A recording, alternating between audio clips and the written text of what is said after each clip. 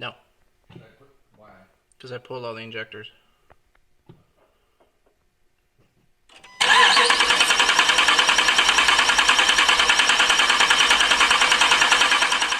so here we are, 2011 Durango, and it has the 5.7 hemi in it. And we noticed a couple days ago that it was misfiring really badly, especially when you had it under load. So when we idled it, it was okay, not great. But anytime you went up towards like 2,000 RPM, it started to shake, and you have the flashing engine light, which is pretty universal for a misfire.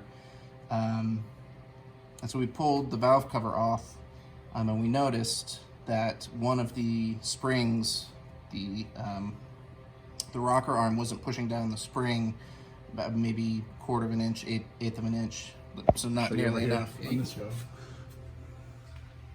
So over here, so 1, 3, 5, 7. So this is cylinder 5, exhaust, obviously, and then this is your intake. And this rocker arm wasn't pushing the spring down, but just a very little tiny bit.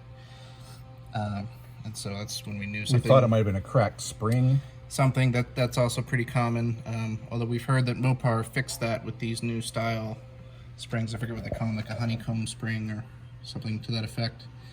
So what we did is we pulled the head off, and you come over here, pull all of your push rods out. So 1, 3, 5, 7. So in cylinder 5 here, so your front one is your exhaust. So this is your exhaust, and then this is your intake lifter. And obviously these guys ride on the camshaft, which lives in the middle. So these engines use hydraulic roller lifters, which basically means that there's a little ball on a needle bearing that goes around, and then the lifter itself is actually filled with oil, and that's how these engines take up the clearance. So like on a traditional flat tap, it makes you have to go in there and shim it with your shims and tighten it down to a certain level. That's how you get noisy lifters. These don't have that; they sort of self-adjust. But one of the problems that we found out, we didn't know this. This engine, by the way, only has 107,000 miles on it. Is that these lifters are known to spontaneously fail, and that's exactly what happened here. So I'll show you. So this is cylinder 5. This is the one that failed, and I'll show you exactly what happened. So this is a good lifter. If I can get it out of here. So you can see that this is the wheel, and this wheel spins. I don't know if you can see that. And this is what actually rides on the cam lobe and pushes up. So this one is still good. And then your push rod obviously goes in the back and pushes on your valve. And then over here is your intake. If you can see, if I can get it, it's kind of still covered in oil. So this is the one that failed. You can tell. Let me actually pull out the good one too, so you can compare them. I don't know how well you can tell in video, but this one is substantially lower than the good one. Again, this is your good one. This is the exhaust. So this one rolls nice and freely. This one doesn't. So this one's totally stuck. I mean, you can actually tell on the top here, where it's all chowdered up and scored, and you can actually see where the ears are all scored up too. And so this whole assembly, the ears have been riding against the cam, which they shouldn't be. And then your roller obviously is stuck. And so our cam is, and there's a flat spot there, our cam is obviously going to be chowdered. We haven't taken our camshaft out yet. And then another part of this engine that we couldn't find a video online. This car, you see these solenoids here?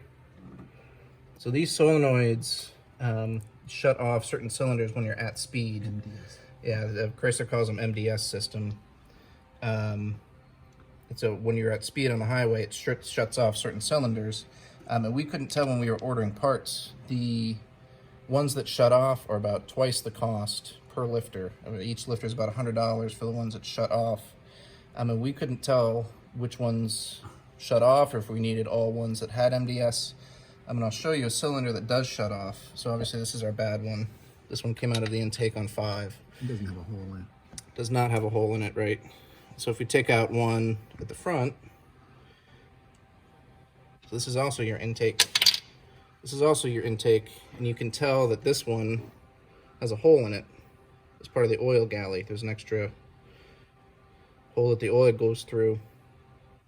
And so actually, if you have a car that has MDS, you only need half of your valves, or your half of your lifters to have the MDS system. So if you have MDS on your 5.7 late gen Hemi, you need half of each. So you need half of the ones with the hole and half the ones without the hole. The front two. Yeah, the front two do not shut off, correct? The front two were the MDS lifters with the hole. Right. And the back two were MDS lifters. The middle two. No, I think so. Middle two, yeah. Those? Yep. Because this is the bad one. This is the bad one that was in the middle. So these two are the same style lifter. The middle two are the same, and they're not MDS. Right. They don't have the hole in them. So the front two and the back two. Oh, the front two. Oh, I'm sorry. I thought you meant the front two cylinders. Right. So these two match. And you can also tell that these are a little bit tapered on the very tip. Yeah, see, the tip is tapered. Tip is tapered, whereas on this one, so this one came out of the front one, the tip is not, and you have your hole. So you have your hole, it's not tapered. So there you go. Can't wait to take the cam out. I'm sure it's going to be gnarly, our thumbstick.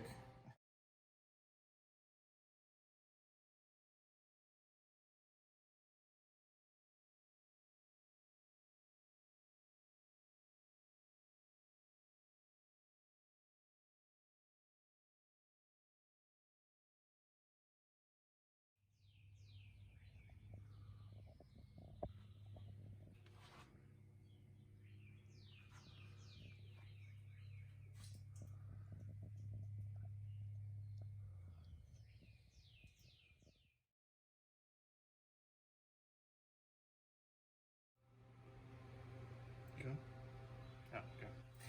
All right, part two. So we got the camshaft out. I don't know if you can see which one is not like the others, but this is the intake on 5. So as you can tell, the roller that we pulled out earlier just ran a giant groove down the middle of that. I mean, that lobe is practically round. I don't know if you can tell that. Where's the partner to it? So I believe this one and this one are on the same stroke. So we come down here, so you can see the difference between this one, and this one should be on the same stroke. Incredible. I might be wrong. That was number 5. That was number 5, and that's all because of that. And we pulled the oil pan off, this poor camshaft. When we were looking down, we said, what is that? It was like, I don't know if you can tell, it was kind of like bird poop or something. Put my finger in it. That is metallic shavings. So that is what is left of our number 5 cam lobe. Pretty wasted. Okay, you can hear it purring. Nothing blew up.